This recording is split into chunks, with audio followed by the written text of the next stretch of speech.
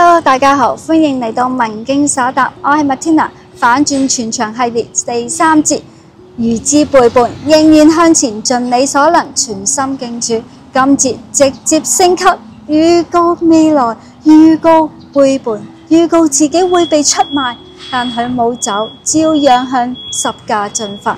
門徒話好靚啊，耶穌話全部都會冧晒噶啦。夫子，你看這是何等的石頭，何等的殿宇。馬可福音13章1節，將來在這裏沒有一塊石頭留在石頭上。馬可福音13章2節，門徒打卡耶路撒冷聖殿，哇，打卡位超級宏偉。耶穌望一望就話啦，全部都會冧晒噶，成件事都唔會再存在噶啦。如果係今日發生 ，IG caption 神啊，這地方感受到你嘅同在，聖殿好靚。耶穌留言：快啲截圖啦，因為好快拆噶啦。重點係耶穌話，連宗教制度都會被清算，唔好依靠外在嘅建築，要依靠神自己。全場以為末日救世主變超人，耶穌話係災難先行，民要攻打民，國要攻打國，地要震動，這都是災難的起頭。馬可福音13章8節，門徒以為耶穌一登場就係啪啪聲見身嘅角度。耶穌話唔該，跟我係黑幕，唔單止唔係即刻勝利，仲要有戰亂、逼迫假先知、超混亂嘅場面。你以為信耶穌係升呢發達？耶穌話 no， 係警醒同行，唔好瞓啦。如果係今日發生，信徒話：主啊，我已經信你啦，點解咁多事仲會咁亂呢？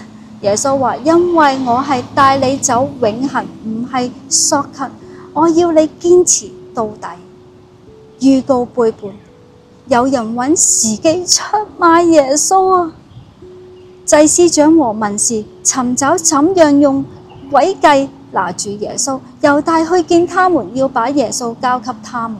馬可福音14章1到2節、10節到11節，耶穌公開講：我會被人出賣，但佢冇閃冇避，冇改變路線，而背叛就係猶大，正諗緊幾時出手啊！但佢冇，當佢冇俾人包圍嘅時候。如果今日發生，耶穌話我會俾一個身邊嘅人出賣，門徒們就會話啦：係邊個啊？我冇啊，我唔係啊！大家其實都驚緊中伏，連身邊嘅最親嘅人都有機會出賣。耶穌知，但佢仍然選擇愛。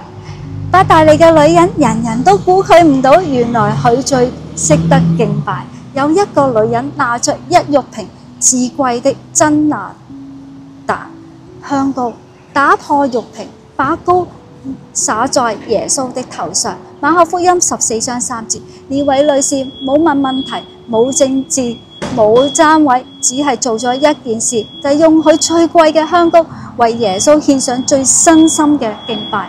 門徒即刻話：哇，咁貴，用嚟捐錢好過啦。耶穌話：佢所作嘅是盡他所能嘅，但先係識得把握時機嗰個人。如果今日發生，香膏嘅價值約等於1年嘅人工，群眾都話啦：哇，即係將一件燒咗成分嘅 MPF。耶穌話：你哋成日計得幾多？佢只係用最好嘅嚟愛我。